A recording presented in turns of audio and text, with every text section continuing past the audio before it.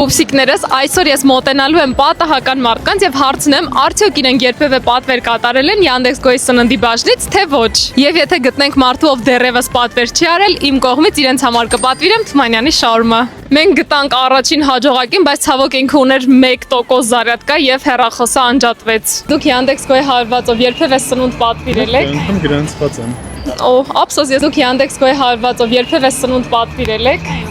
Ափսոս, նա կարող էր ստանալ ձրի շաուրմա իմ կողմից, բայց այսօր բախտը չժպտաց նրան։ Բարև ձեզ։ Ներեցեք, դուք երբևէ Yandex.Go-ի սննդի բաժնով պատվեր կատարել եք։ Ոչ։